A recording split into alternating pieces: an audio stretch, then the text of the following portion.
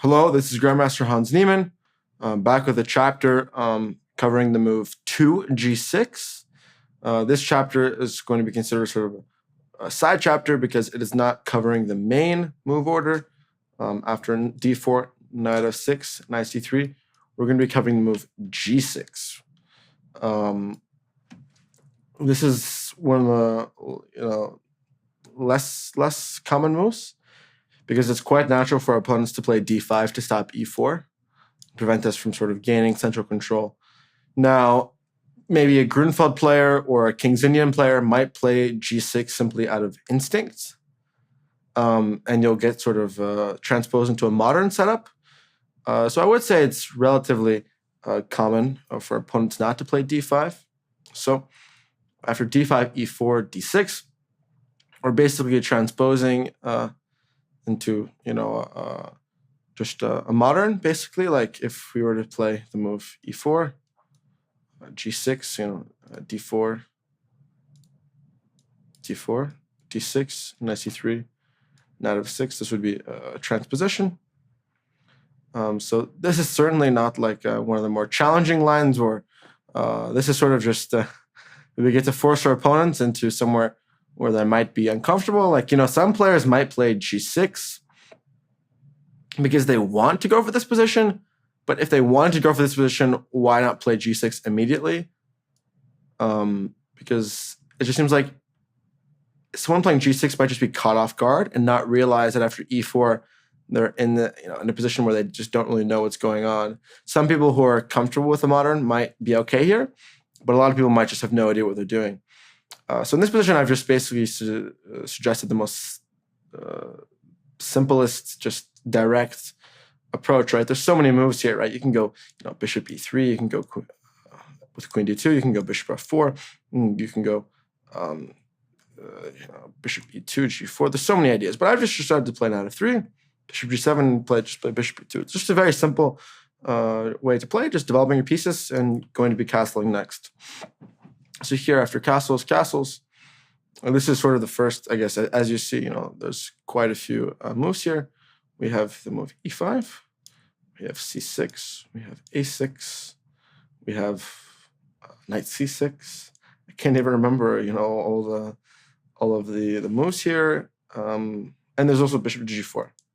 So within this structure, I think this is the first moment where there's a lot of sort of moves that we should take into consideration.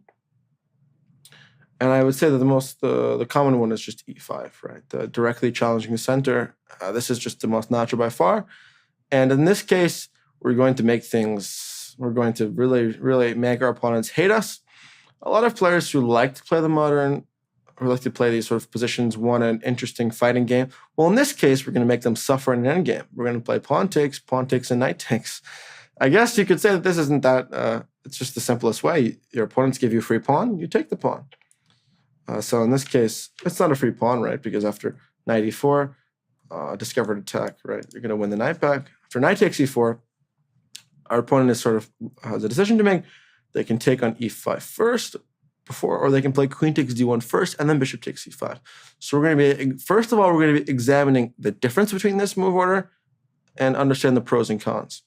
Well, first of all, playing queen d1, rook e1, bishop e5, bishop takes e5 might look weird because you're forcing the rook to d1. And now the idea is to play c3. First of all, cutting off the bishop's diagonal. Now b2 is not hanging anymore. Now the bishop is ready to move into the attack. And now rook e8 is quite a logical move, sort of in anticipation of bishop h6. Just protecting the bishop. Now we play bishop to g5. The knight f6 idea is looming. Now, there are a few ways to stop this. King g7 directly stops it. Knight c6 is the normal developing move. Also, bishop f5 attacking the knight is not natural. Let's start with king g7 first. Now we're going to play rook d to e1. So the rook is actually going back from d to the e file.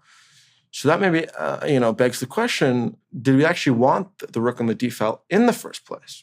Because as you mentioned before, we were contemplating if bishop takes was actually, to our advantage. Because in this position, now the rook is taking, the rook is coming, a takes d1.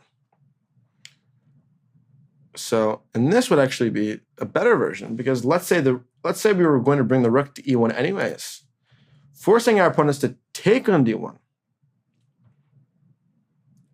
and then taking in consideration of the fact that the rook wants to come to the e file anyways, means that this is actually the better way for black to play. That might, again, it's nuanced, right? But let's say bishop takes e5, bishop g5, queen d1, rook d1. The point is that we want to have the rook on d1 and e1. So if our opponents allow us to do that, that would be ideal. So we save a tempo. So queen h1 is actually taking away tempo from us, because we play bishop g5, let's say king g7, rook e1, knight c6, bishop to b5, again, putting pressure here. You've got to pin possible tactics. h6, trying to kick out the bishop. Bishop simply goes back to e3. Again, this bishop is a bit awkward, right? There's the idea of f4 to move the bishop back to f6, where we would capture. This bishop, is a target now. So black must play g5, preventing f4. Simply play rook to d1, again, coordinating all the pieces. Pressure here. f6, consolidating. Now we play bishop to d4. And the point is we want to force them to take. Black's sort of in an awkward spot here, because we're always sort of threatening to take on c6 and double the structure and ruin this pawn structure. However, our opponents do that would give away the two bishops. So if we can get the knight against the bishop with the bad pawn structure, that would be quite ideal. So after bishop d4, e4, bishop f5, we take and we play knight c5. And this is where I've decided to end it. But the basic point is, okay, we do have this isolated pawn, but these double pawns give us the outpost on c5 for the knight. We have no weaknesses, really. d4 isn't really weakness. Now we can simply bring the rook up and sort of slowly bring the king in. And these pawns are extremely weak. And the bishop doesn't really also have a target at all. And the king side is pretty there's not much action on the king side right now. So this would be the ideal goal. This is sort of a forcing variation, but it just sort of shows putting pressure on b5, doubling the pawns, trading the bishops. The goal is to trade the knight and also trade the dark square bishops, which would just leave this sort of light square bishop, which doesn't have much of a purpose. So as I mentioned before, bishop takes e5 might be the sort of instinctual approach, but now after bishop g5, forcing the queen to take. After rook takes, first of all, the pawn hangs, but it depends on how brave you are if you want to take that pawn. Let's say you play king g7 like a normal person. After c3, next is f4. You're just simply up a tempo from before. So bishop take b2 is critical. Now we play c3, cutting off the bishop from the diagonal. Setting up all sorts of nasty stuff on here. Knight c6, knight f6 check, and then knight to d5, preparing to bring the bishop in with check while also putting pressure on c7 and still defending the c3 pawn. Rook to b8, only move,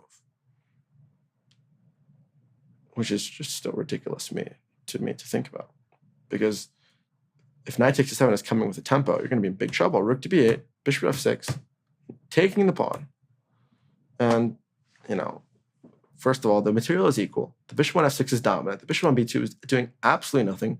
The rook is awkward on b8. The dark square, there's so many holes. White really has a great initiative here. So this is how things can really go wrong. And this is e5, which is just simply the main line. And things really just definitely, this is a great way to play against it. One of the other ways I think is interesting to play is this move is a6, and it's a bit of a trendy move. I wrote it's been played by Carlsen and Jobava, and in this case we're going to take a very simple approach. Just play the move a4. So here the point is after knight c6. The idea is to play sort of knight c6 is a move as well, which we'll cover, and after d5, but. And here you notice that knight b5 was considered as a potential move, right? But when we play, a6, a4, knight c6, the point is it's actually quite weird, right? They want us to play d5, and then they actually have the b4 square for the knight, and a3 isn't kicking it. And this is, again, also nuanced as well, but we have the move a5, which we're going to get into. So after a4, knight c6, we play the move a5, preventing any black from playing a5 and really sort of taking away this b4 square and the support that the knight would have there. And after e5, d5, knight e7, knight to d2, we get sort of this King's Indian type position. In this King's Indian type position, we're going to be sort of having like a race of trying to extend, here, and the race between the king side. So it's going to be basically like a theoretical battle. We're going to be playing knight a4, c4, c5, and again, it's sort of a classic King's Indian, like f3, knight c4. Again, all these weaknesses. Having that pawn on a5 already is already great, because if we want to play c4, c5, trade these pawns. If you can get the b6 square, that'd be great. So this is quite interesting. There's another way that we can play against this as well, which I'll also discuss. Is the move h3, which is more of a prophylactic perspective. I think I want to give you some options because this a4, knight c6, a5. This position is quite imbalanced and can get pretty intense. So this might not be for you. It sort of just depends on your style. So just I wanted to sort of give options. I've said, oh my God, sort of. I'm literally like I'm sort of just using the same sort of like, I love it. I love how certain vocabulary words are just like repeating themselves religiously. But this can be a little bit double-edged. So I'm also going to suggest the move h3 as well. The point being, after b5, you're going to play e5, and you're going to sort of counterattack this flank with an immediate central break. And after knight d7, we're going to play rook to e1. And this is sort of the first crossroad where e5, from a technical perspective, it's not hanging, right? Let's say takes, bishop to f3, and double attack, right? So from the current moment, nothing's hanging. But after takes, instead of taking this pawn, our opponents have quite a few choices. They can play knight to b6, and they can also play knight to c6. Knight to b6 is quite a natural move, because as we'll notice, this e6 idea is going to be a crucial breakthrough. For example, if our opponents play knight to c6, we have the move e6. And if they take back, we play d5, taking advantage of the point that they cannot recapture, because queen takes d5 followed by queen takes c6 with a double attack on the king and knight, forcing the knight to e5. Now we take on e6, knight to f6, and now we take the opportunity to shatter our opponent's structure. Knight e5, bishop f3, again doubling the pawns, forcing the queen trade. Rook b8, knight d5, another great move, keeping the pressure. Now the e6 pawn is reinforced. e4 is the only move to sort of try to equalize. If you don't do anything, then I'm simply going to develop my pieces. Bishop e3, bishop a7 is a strong threat, trapping the rook. You can go a4 to a takes b5 to open up the rook. Bishop g5 even to threaten the e7 pawn. So you have to open up the pieces immediately. And here you still say, I don't care. You can take my pawn. But if you take the pawn, and then here you actually have to sack the exchange with rook to b6, of course. Why not rook b7? No one knows. Rook b6, pawn takes, and now c3, and this is sort of a weird variation that the computer gives. But the main point is white still has a slight advantage here, is up the exchange, and very, very strong pressure. So this sort of e6, d5 breakthrough is really quite nice. So to avoid this, it would take and play knight to b6. But then we play bishop d3, and then we're going to be able to sort of reinforce this e5 pawn. And then once we reinforce this e5 pawn, this bishop on g7 is just going to be terrible, hitting concrete, stuck against the diagonal. So after knight c6, we play bishop g5. It's not really under immediate pressure. Bishop is strong on g5. Bishop b7, queen d2. And here, basically, it's unclear what black is really doing. Bishop b4 is an idea, rook d1. You can even consider bringing the queen over to the king side to, fully attack. It's just sort of not, clear to me what black is doing here, and white has a very solid position. So these are a few ways that things could have deviated. Let's say knight c6 here. We'd play queen d5 followed by e6. e6 is sort of the crucial breakthrough to open up our opponent's king. After knight e5, takes, bishop e3. Again, once we sort of trade the e and f pawns, it shatters our opponent's structure and leaves all these holes, especially the square on e6, square on c5. Black structure is just really weak, while we've basically committed no overextension. All of our pieces or pawns are still close to us, where they're not creating any weaknesses. So in this case, after h3, the only option other than b5 is knight d6, which leads to d5. Knight e5 takes a4, and this is not as directly dangerous because the attack and the breakthrough for black isn't that strong. Black has to actually play e6 to immediately challenge the structure because these doubled pawns aren't really great. So you have to trade off the e pawn.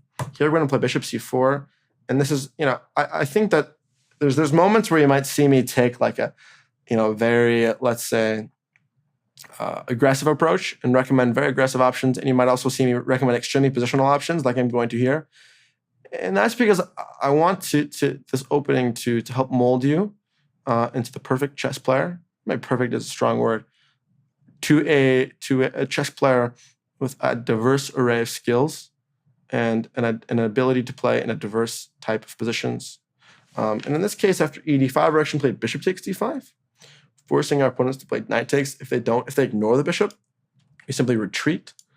And then this bishop is great on this diagonal. So obviously, we take the bishop, we take with the queen. And after c6, we convert into an endgame. And the idea is we're going to play a5, cement the dark squares, bring the knight to c5, bishop comes to e3, and play a very slow maneuvering game. And you should also sort of think about your opponents and the type of opponents who are going to play this opening.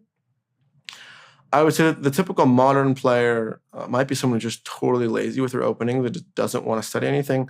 They also might be people who really like aggressive lines and complicated lines, and they want to mix things up.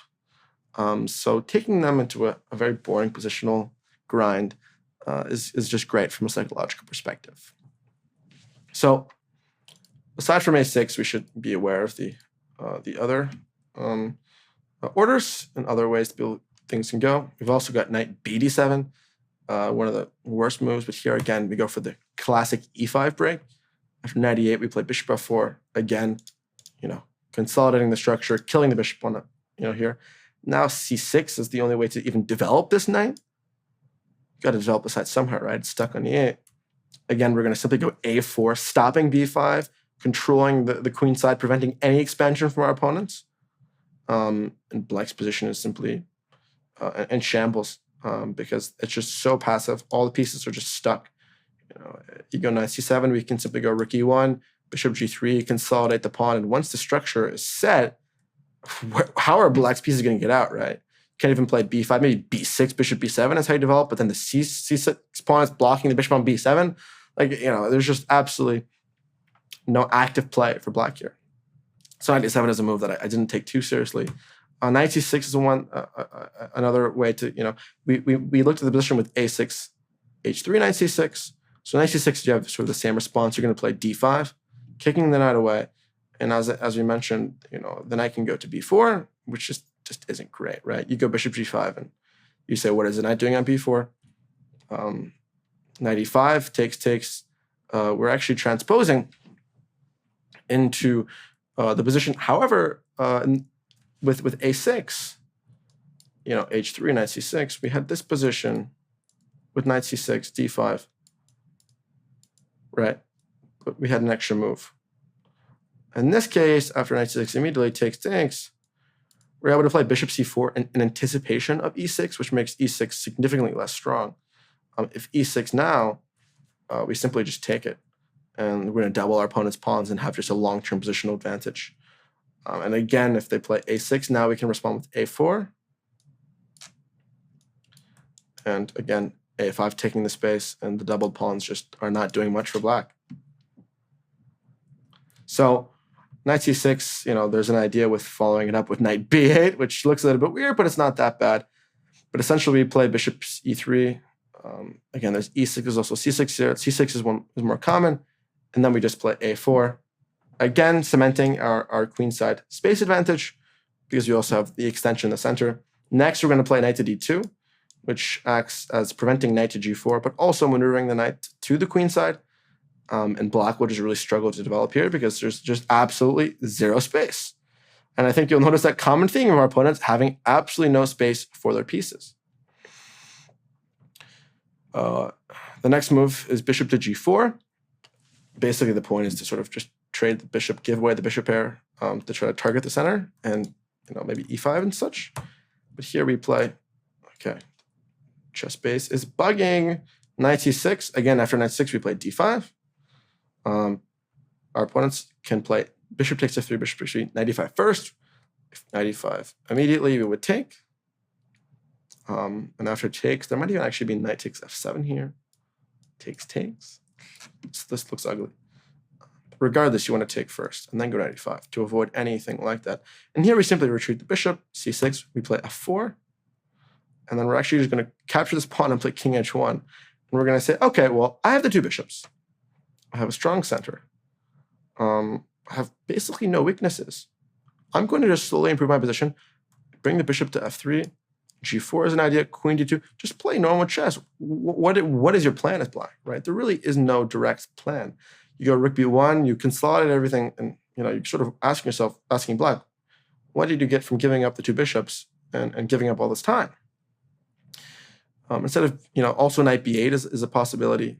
And we simply go h3, takes, c6, and a4. Again, a4 is critical for stopping any b5 ideas and maintaining control of the queen side. And space is key. Limiting our opponent's space and limiting our opponent's active play is crucial in this opening. Because they started from a very passive start, right? Didn't take, if you go back to the pure beginning, they allowed us to get e4 and d4. Absolutely uncontested, taking a significant amount of space. So building on that space advantage is the key to retaining our advantage. c6, another move. The point being to go a4, preventing b5. The c6, a4 dynamic has been seen throughout this course, or throughout this chapter.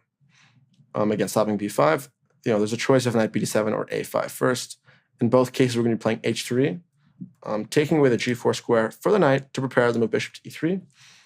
I think knight d7 is a bit more natural. h3. There's also, there's queen e5. There's queen c7. Again, similar ideas. Let's say knight d7, e5.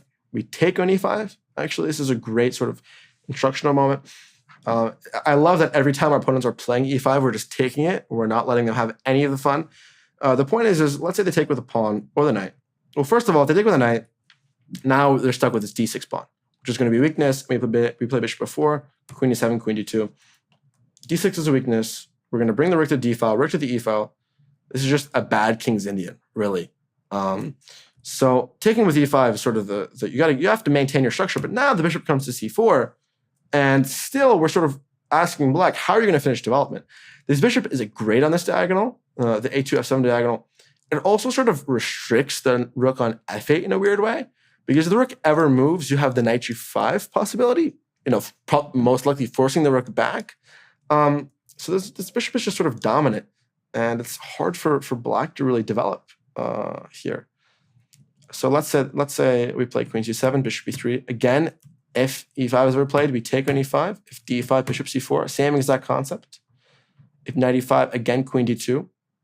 Putting pressure on the d6 pawn like we discussed.